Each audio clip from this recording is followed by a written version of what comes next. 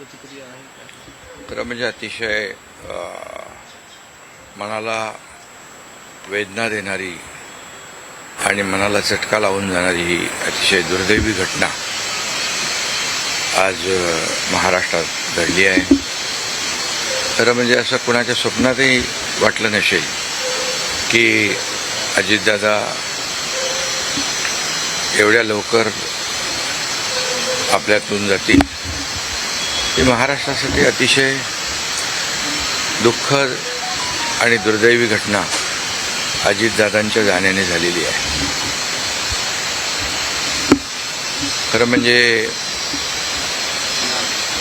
अजितदादा गेले अनेक वर्ष या महाराष्ट्राच्या राजकारणात नेतृत्व करत होते आणि अतिशय परखड स्पष्ट वक्तेपणा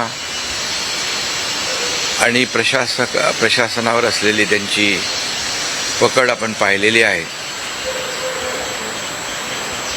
प्रत्येक गोष्टीचा त्यांना बारीक अभ्यास करून बोलण्याची सवय होती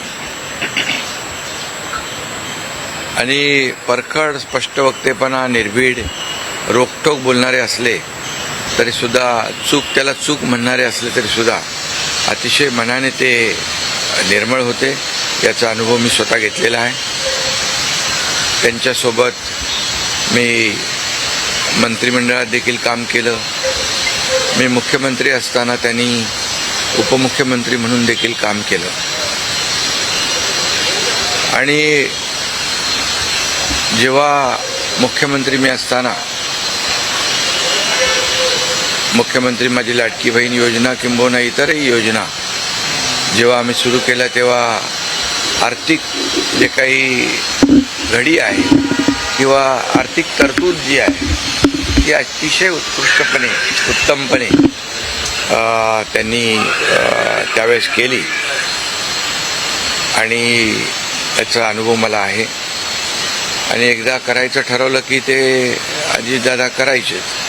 करतो, बघतो, पाहतो असे शब्द त्यांच्या डिक्शनरीत नव्हते. व्हायचं असेल ते तात्काळ करायचे, नसेल त्याला नाही म्हणायचे. असा स्पष्ट वक्तेपणा या महाराष्ट्राने पाहिलेला आहे.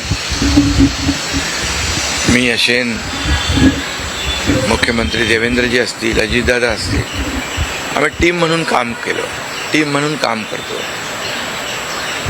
आमच्या वेळाही कामाच्या वेगवेगळ्या, मी पहाटे उशिरापर्यंत काम करतो, अजितदादा पहाटे लवकर काम सुरू करतात, देवेंद्रजी दिवसभर काम करतात आणि अजितदादांनी 6-6 वाजता देखील अपॉइंटमेंट दिलेल्या अधिकाऱ्यांनी आणि लोकप्रतिनिधींनी पाहिलेल्या आहेत.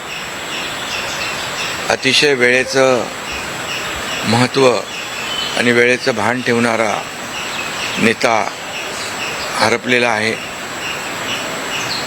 खरं म्हणजे काल परवाच आमची एका कार्यक्रमामध्ये भेट झाली. सरन्यायाधीश आपले भारताचे